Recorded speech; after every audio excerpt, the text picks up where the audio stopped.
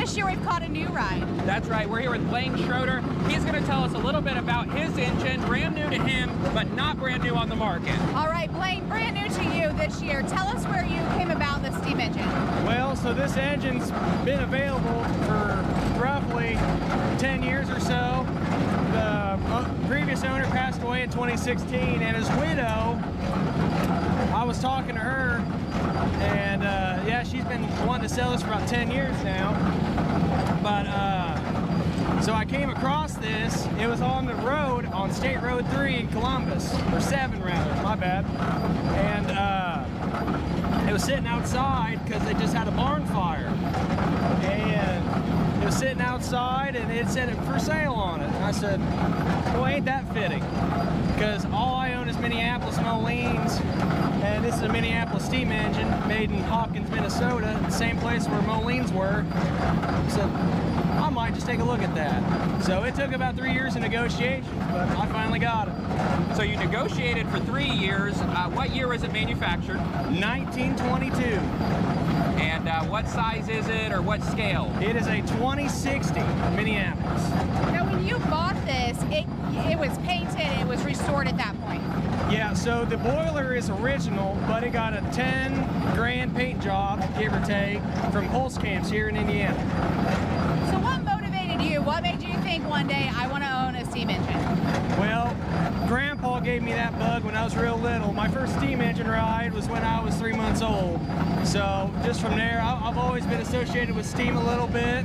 But since Grandpa passed away last year, I've been really, I said, I'm chomping at the bit, let's just do it. So. When you purchase an engine like this, where do you learn? Where do you learn how to take care of it, to provide maintenance, to fix it? Where does that knowledge come from? Well, so I've been coming out here for my whole life pretty much, and all them lovely people down at our steam engine tent, they are about the most knowledgeable people about old equipment I think I've ever seen or heard in my life. And then also the guys from Rushville, they're pretty good too. They know their stuff. You have Minneapolis Moline tractors as well. So tell us, did that also come from Grandpa? Yes, he had quite a lot of them, and they all pretty much were inherited to me, and I need a new barn. So tell us a little bit about here. How do we drive it? What are we using? How does it work? So this is our steering wheel, as fancy as it looks.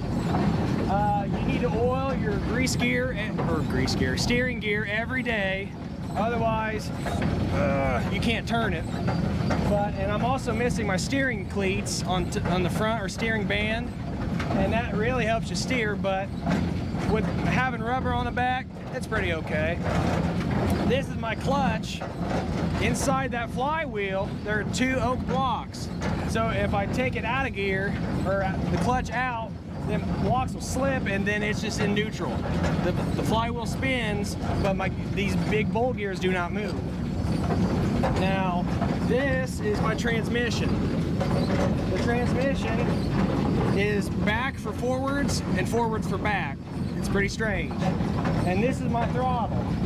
So right now we're just kind of idling up the hill a little bit, but if we want to go faster, pull that back, stop it all the way forward. And then this are my cylinder petcocks. What that does is you'll hear a little hissing, and that's letting water. Right now it's steam, but whenever you fire, you gotta let the water out of your cylinder.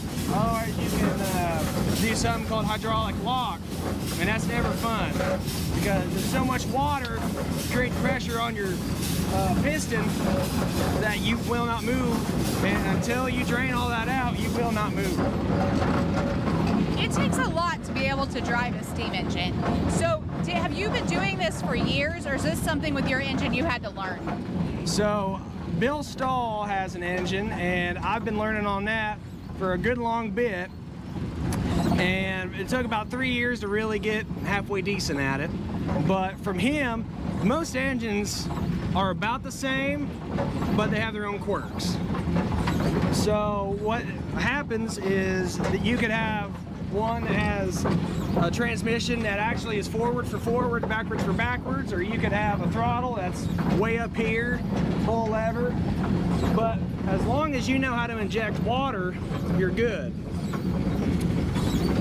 So Blaine, you've told us a little bit about everything except for that. Can you show us what that does? There you go. Thanks for joining us here on the steam engine ride at Live at 5, all the way from the Thrasher to the front of the tractor field. We'll be back right after this.